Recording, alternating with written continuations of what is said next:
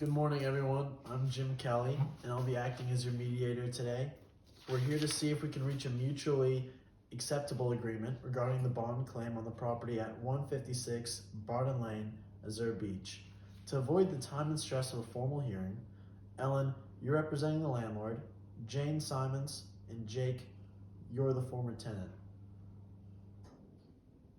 Yes. The matter concerns the landlord's application to deduct $450 from the bond for professional cleaning. That's correct, Mr. Kelly. The landlord claims $450 for cleaning costs as outlined in our application. Yes, that's the claim, but I dispute it. Thank you. Ellen, could you briefly state the landlord's core issues and why you believe the deduction is warranted? We claim $450 because the property was not left in a reasonably clean condition required by the Residential Tenancies Act. Our outgoing condition report on April the 18th identified specific issues like heavy grease in the oven, crumbs in the griller, discoloration on the stovetop, hair soap scum in the ensuite vanity. The lounge room carpet was also noted as dirty and there was mould on the inside of the windows. We have a quote and invoice for $450 for a professional clean to rectify these specific items. Thank you. Jake, could you tell us your perspective on the cleaning issues? I was struggling with illness leading up to moving out, but I personally spent a lot of time cleaning the property. I actually feel it was cleaner when I moved in. I reject the claim that it needs $450 worth of professional cleaning. I feel it met my obligation. All right.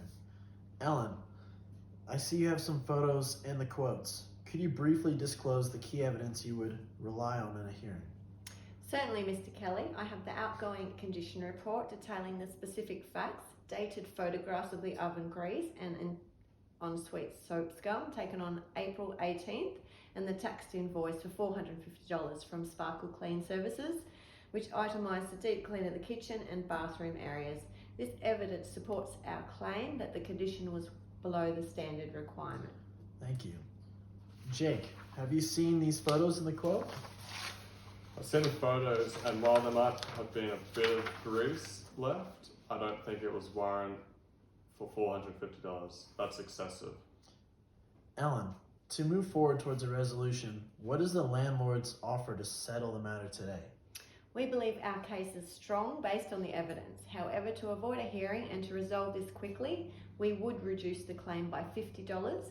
We are prepared to accept $400 off the bond, which covers the essential kitchen and bathroom cleaning costs. Jake, you've heard the offer. Ellen is proposing a settlement of $400 deducted from the deposit.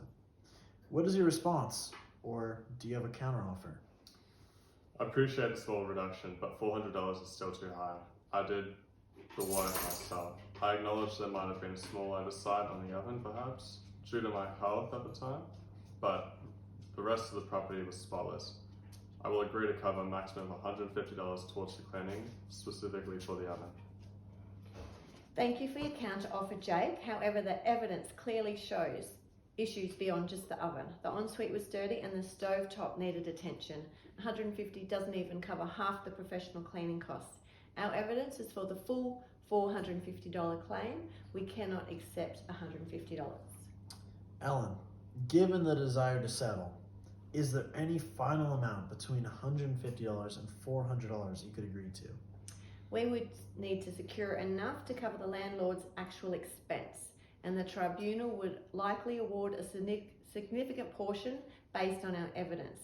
Our final offer to settle today is $300. This reflects a substantial concession to avoid the hearing and acknowledges your belief that you did some cleaning. Jake, Ellen's final offer is $300 to be deducted from your bond. What is your decision?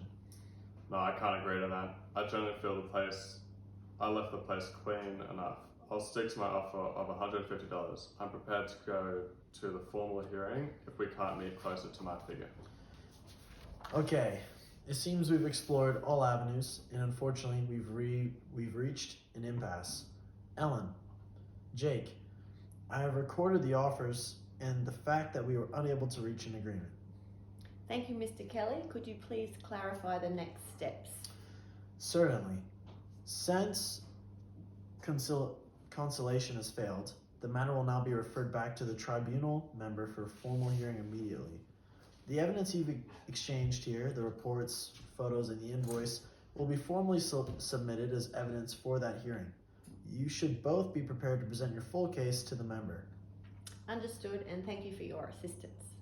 Thank you, Mr. Kelly.